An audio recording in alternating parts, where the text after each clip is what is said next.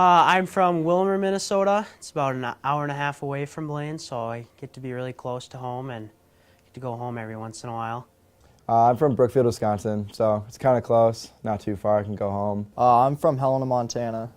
I am from Canada, just about an hour north of Toronto, Ontario, a little town called Wasaga Beach. So, yeah, it's nice up there. I mean, it's kind of like Minnesota, a little warmer. I'm from White Bear Lake, Minnesota, not far from here.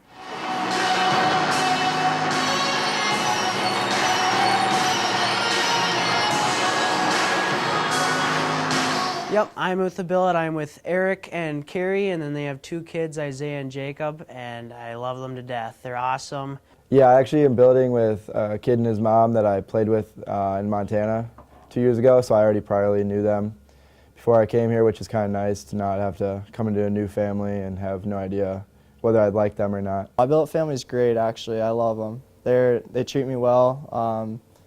They're just great people to live with. I am with the billet family. I live in Ham Lake, not too far away. It reminds me a little bit of home. They're a little young, but they get me going some days. They keep me on my toes, so it's fun. It's always fun. Much to my parents' dismay, I'm living at home, to say the least. Number 5, Nate Ackerman.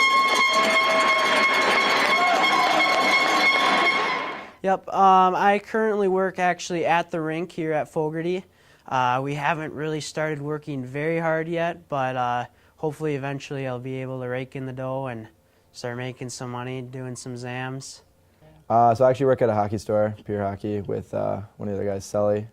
So it's going pretty good. I like it. So outside the rink, I currently have a job working instead of going to like school or anything. I have a job just kind of making money so I can pay my way through.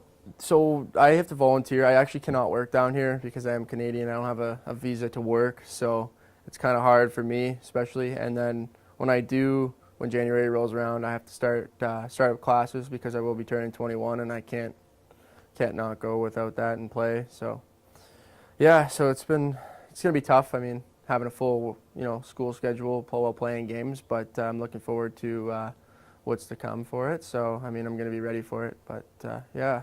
So I'm working in landscaping right now, just doing odd jobs here and there, and I am actually going to work at the rink here with another teammate, and we did it last year together, so we're going to do it here again. Zamboni the rinks and clean the ice and do whatever else we need to do. Number 13. Yep. So that's how I actually got connected here, is because I played with them 2 years ago, and they were the coaches out in Helena, and they just called me up this past summer and wanted me to play with them again, and I was 100% in right away. What brought me here was just the coaching staff, new organization. I was kind of excited to join. I knew the coaches prior, heard it was going to be a good team coming in, so kind of wanted to change teams that I was with, so made a better step up in my opinion. So decided to come here to the Moose because I knew Dibble, and come on up here and we'll get you going. So that's what I did. I drove from Janesville, took the Highway 94 or 90 or whatever it is, and drove up to Minnesota. And next thing you know, I'm here, ready to go. So. Jesse Anderson from the I play defense currently. I've played it for my entire life. When I was younger, I wasn't fast or a good enough scorer to play forward, so my coach threw me back at D, and it's stuck ever since. So. I play forward, center, left wing, whatever the coach wants. my position is a forward and defense, kind of all over.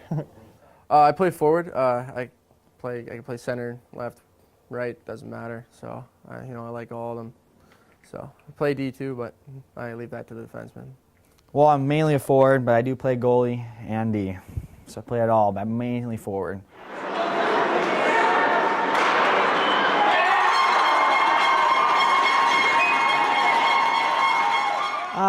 I think what an exceptional player is, like Sully said, hard work, dedication, and just going out there and just outworking everyone possible. And then if you can add some skill and some talent into there, then you really got a really decent hockey player. An exceptional player, you just got to be a team guy first, no matter how skilled you are, whether you're first line guy, fourth line guy, goalie, backup goalie. I think if you have a team first mentality, you'll go out there and you'll be an exceptional player. What makes an exceptional player is just the hard work and their work ethic, honestly. Just how they hold themselves in the rink and how they present themselves with good attitude every day around the rink and outside the rink. Giving respect to people mostly is the biggest thing. Is you want to present yourself with a good manner and not have a disrespectful manner with people, in my opinion. So I think personally everyone's an exceptional player. Like we have our it factor, like everyone knows their role, like what they're good at, and they stick to it, and that's why coaches pull together these pieces, and that's why a team works so well if they do. Like people stick to their roles and they play hard, and it's all we can ask of them. And you come out every day, you work, and do what you're supposed to do, and just be a team guy. I mean that's the big thing for me. Like I've been on some teams before where you have some what we call cancers, and you don't want to ever see that, because once that happens, it brings the whole team down. So especially here in this team, like everyone doing their role and being good with other guys, it just helps. First off, hard work. I think that's the biggest one. It's making exceptional players, being hardworking and dedication to the sport and what you can do on and off the ice. And obviously you have to have skill, but you can beat on that and work on that off the ice.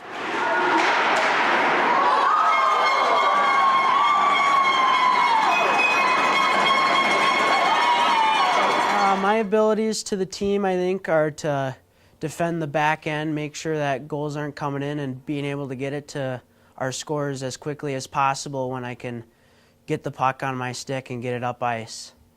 I'd say I'm more offensive than defensive, so kind of bring like a lot of energy to the team and can score a goal or two or set up guys for goals, which is kind of big, important.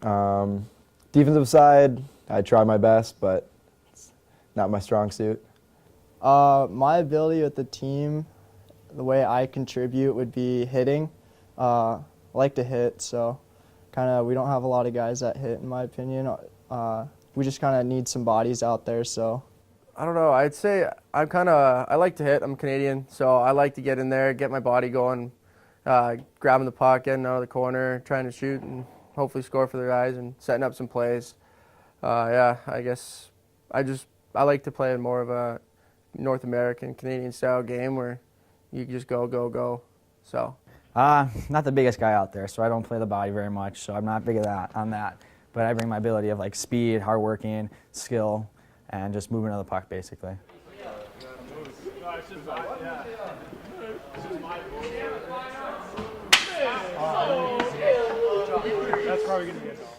So far this year it's been awesome. I think this is one of the first teams that I feel like we have 26 guys that are best friends.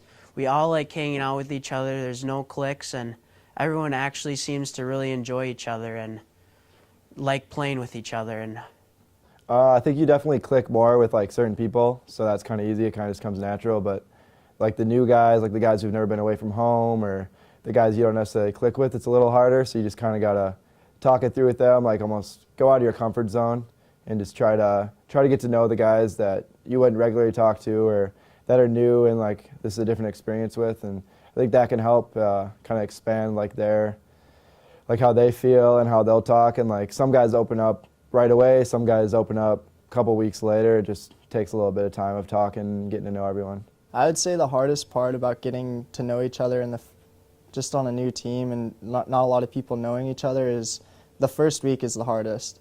Just trying to get to know names and know people in general and just kind of trying to get acclimated with each other. For me, it wasn't. I mean, I'm in my 5th season of juniors. I mean, I've come into many different teams and, I've had to get through that experience. So, I mean, I came in just kind of an open book. That's what I always go into it as, and just getting to know everybody as soon as possible and getting rid of that barrier of, like, not knowing them really helps. I mean, hockey's a community. Like, you meet people from all around the world. Like, we got a Swedish kid on our team. We got a Czech kid. We got me from Canada. So you get people from all over the world coming to play, and I guess you could say it's scary for the newer guys, especially if they haven't played junior before. But once they get around to it, and you get us vets and captains helping out with them, it goes over really smooth, and you get everybody going. So. I mean, it's good. I like it, getting to know everyone right off the bat and just communicating. I think it's the the key for it, honestly. To have a good team is just communicate right away and get to know each other, know their little niches here and there, and just talk to each other, I think.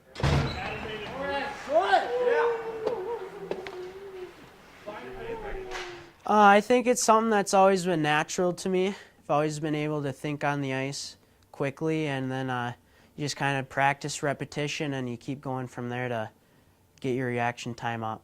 I think it's kind of more of a natural thing. I think playing multiple sports growing up definitely helps because you get like reactions from different ways, different like chances and stuff like that. So I think also practice is a huge thing because you're doing game-like situations, so you get to like realize how to react differently, and the coaches kind of help you out, like you should try to do this or this, but mostly I'd say it comes more naturally. I would say some of it's natural. For reaction-wise, I would say you kind of practice a lot of it in practice. We do a lot of game time or game-like situations in practice that gets us ready for the weekend and little things like that.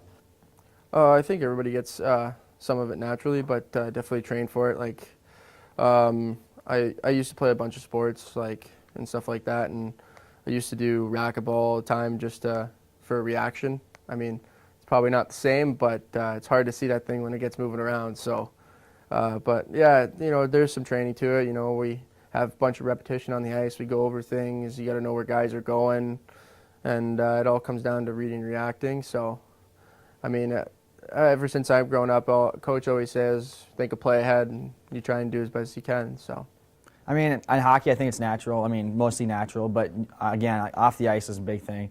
If you go up against a wall, grab a little tennis ball or golf ball and pass it off, and just reactions like that you can work on and get better at. So, I mean, basics come natural, but other than that, I think you have to work on it a little bit.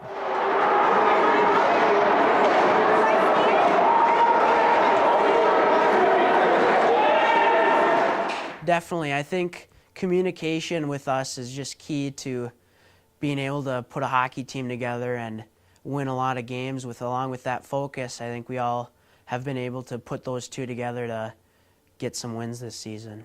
Yeah, I think communication is huge. Like if you can communicate with guys on your line, the coaches, guys on your team, like you're just gonna play better. Like the teams that don't talk on the ice kind of seem to struggle, lose the puck a lot, just throwing the puck around randomly, and you don't really want that.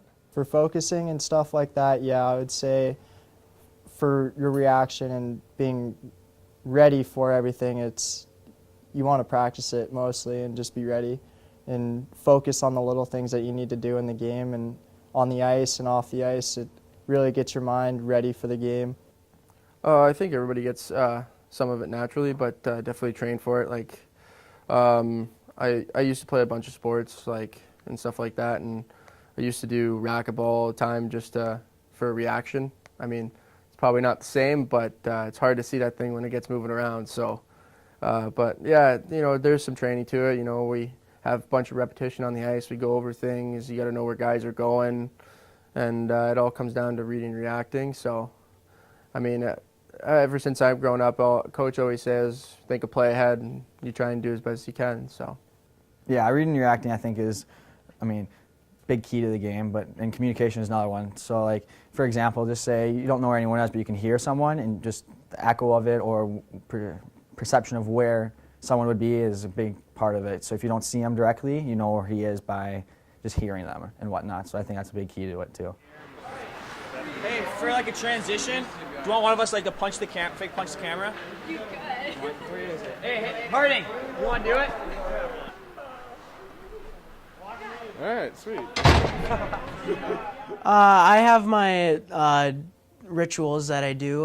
So I go out, warm up with the team first, and I come back and I find a private corner in the rink and I do my own stretches, kind of really hone in on what I got to go out there and do, and then I come back, get ready, don't say a single word, and get dressed, and then get ready to go out there and play.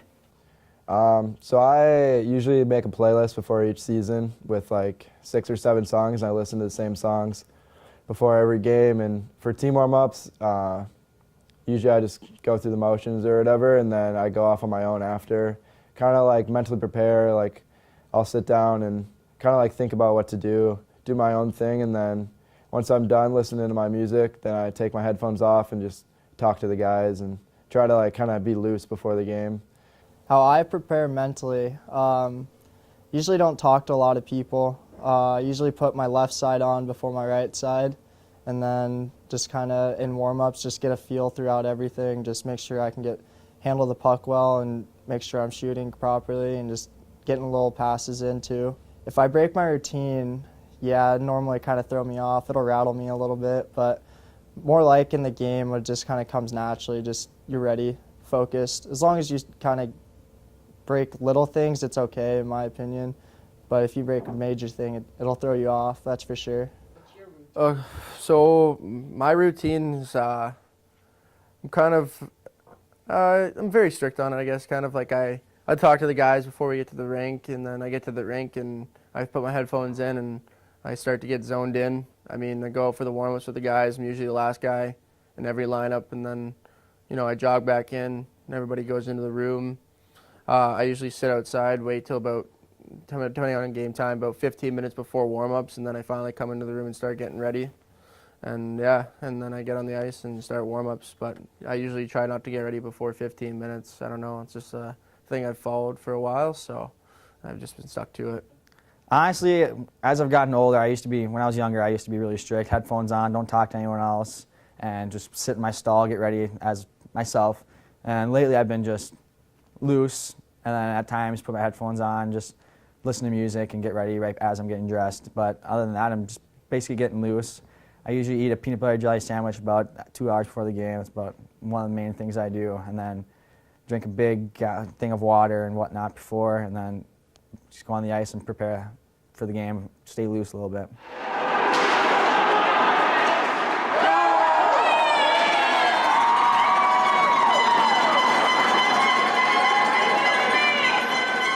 I think they've just been awesome so far.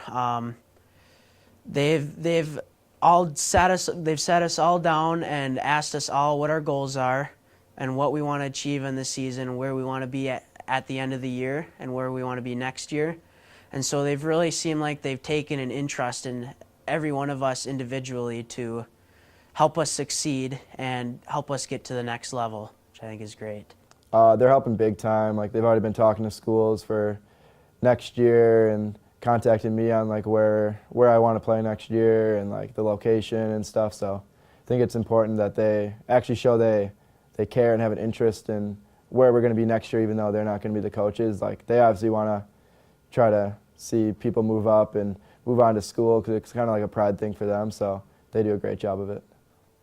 Oh, the coaches are great. Like, I mean, they've contacted schools and teams for us and talked to teams that we've talked to. So they do everything they can. Like, they've been in our position before. They've been hockey players, and all they want to see is us moving forward. So they're a big help for us. I mean, I'm in my last year, so I'm definitely thinking about what's my next steps, and I'm talking with them, and they're trying to help me move along and see where I can go from here. So, yeah, they've done everything that I could ask for and more. So, the coaching staff here is amazing. I'll tell you that right now. From every little thing to help us out with, like on the ice and off the ice, they're there. If you need to talk to them, just one-on-one, they're there for you. Like I said, they're specifically there for you on the ice, but even off the ice, they're great to have.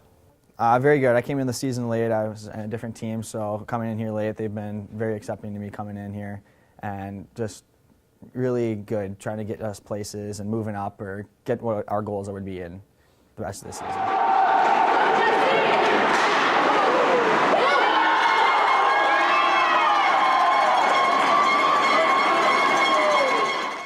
My goal would be next year, since I age out, to go play in college. I really hope to play D3 in the MIAC system. My top schools are either Concordia, Bethel, or Hamlin University.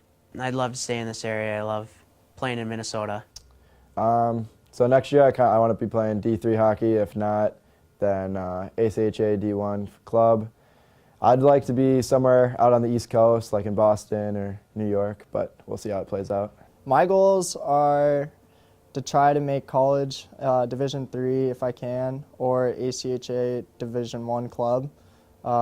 That's kind of what I'm shooting for right now. My goals, my life goals are, have a good paying job. I mean, I want to be able to support a family one day and be able to not have to worry about what my kids like putting food on the table and stuff like that. I know it's hard and stuff like that for some families, so I just want to be a good supporting dad and just make sure to support my kids if I have any at the time in any way I can and whatever they want to do. Definitely don't want to force them to do anything. I just want to be there to support them. My goals for the season would either move up or stay with the team for the rest of the year in a different league or whatnot, and then at the end of the year have a either D3 commit or go play either out in Europe or whatnot, I guess.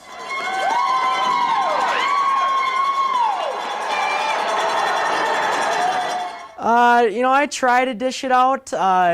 Not very good at it. I can't really say the right words, but I'm pretty good at receiving it. It doesn't hurt me very much, but I can't dish it out. I sound like an idiot. Smack talk, I tend to just say the same stuff to every team. I don't know. I think I talk a little bit more smack when we're winning because, you kind of have a little more to like back it up. Or if I'm having a good game, it's a little easier to talk some smack. But if we're losing, it's kind of hard to dish it back because you're losing, It's hard to talk smack when you're down. When I smack talk, honestly, I don't really do a lot, but someone chirps me first, I'll chirp them back for sure. That's definitely what you got to do. That's a good one. I do a lot of smack talk, and I'm probably one of the top ones. I get into people. I love getting under their skin. That's like my game. I love it when they chirp me. It just gets me going. So, I mean, it's hard. You have to give it to me for a while to get me really off my game, but it's only happened about one time. Got ejected for that. But yeah, I think I'm the only one that's gotten ejected for yelling a lot. But it was a tough game. So I mean, it happens. I mean, I love getting under people's skin, especially like I know if they're easy to get at. So I just keep going and don't let it throw me off my game. But I definitely like to get under their skin and throw them off their game. So yeah, and that's not my game. I don't do any of that. I'm not very good. Yeah, I'm not very good at that. I hear a lot of it, but I most likely just skate away from it. I don't do much of that.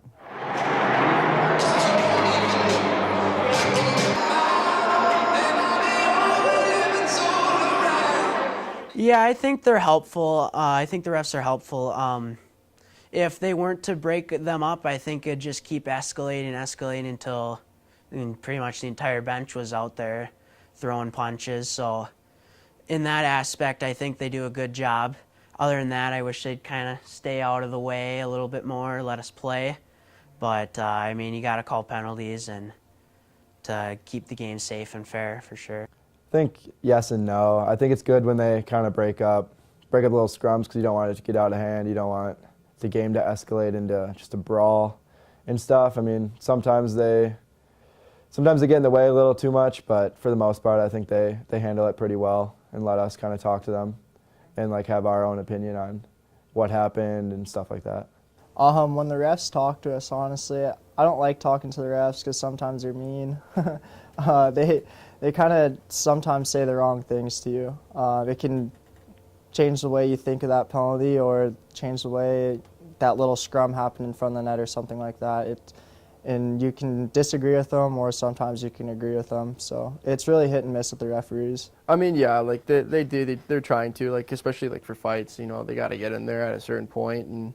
In certain instances in front of the net, like when they're talking to you and telling you to get out of there, like you got to get out of there. Something's gonna happen, like they're gonna call something. So, I mean, they're good in some ways, and sometimes we like to, be a little too arrogant. But you got to have a certain, I guess, friendship with some of the refs out here. Like you definitely got to talk to them, make them happy. I guess be on their good side for a little while until you do something really bad. So, but overall, yeah, it's. Way hockey is. I mean, they're going to call penalties. They're going to do things that you don't like, you might not agree with, but that's the way of the game. So you just deal with it and just keep moving forward with it. Yeah, we always have to have rules. You can't just push the limits and just have full line brawls and everyone going after each other. So I think there has to be some rules, and they do a good job of it. Again, it's inevitable you're going to get a bad call here and there, but that's just the game. You're going to get bad calls anywhere, even in the NHL. So you just got to deal with it and move on.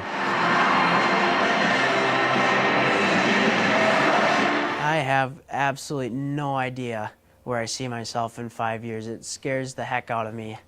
So I hopefully been playing hockey for 4 years and getting a degree. Interested in criminal justice, possibly as a degree. And then other than that, I just have too many things that I'd like to do with my life to figure out where to start. 5 years. So I kind of want to major in secondary education. So like high school math would be what I want to do. So hopefully in 5 years I'll either have a degree in that or have like a job lined up to teach somewhere. And I'd prefer to live out on the East Coast. It's kind of where my dad's from. I like it out there whenever we go out there. So hopefully somewhere around the Boston area. Where I want to see myself in 5 years would have a good degree, just kind of get a good job, just be the place where I want to be mostly. Want to be comfortable in the situation and everything that I'm at. I would just say go as far as I can with hockey, and then just if I can't go any farther with hockey, just kind of move on with my degree. I don't know. Honestly, I don't 100% know yet. I've put a lot of thought into if I'm going to continue. Like, definitely going to continue with school. Don't know which way I'm going to go with it. You know, I'd always love to continue with hockey and see where I can take it and where it's going to take me.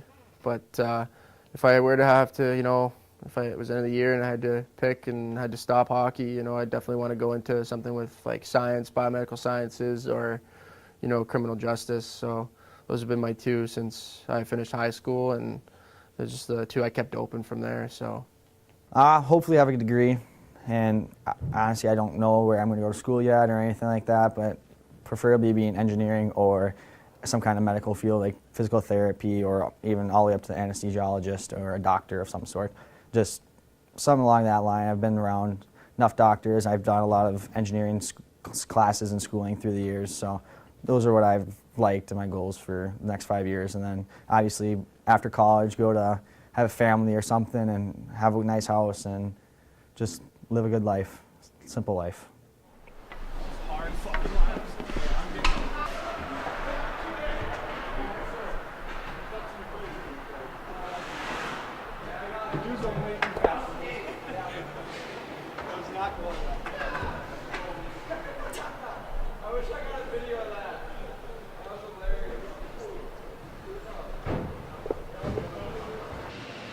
Let's go, Blaine. Let's go. Wear your white jersey. Wear your white jersey. So cool.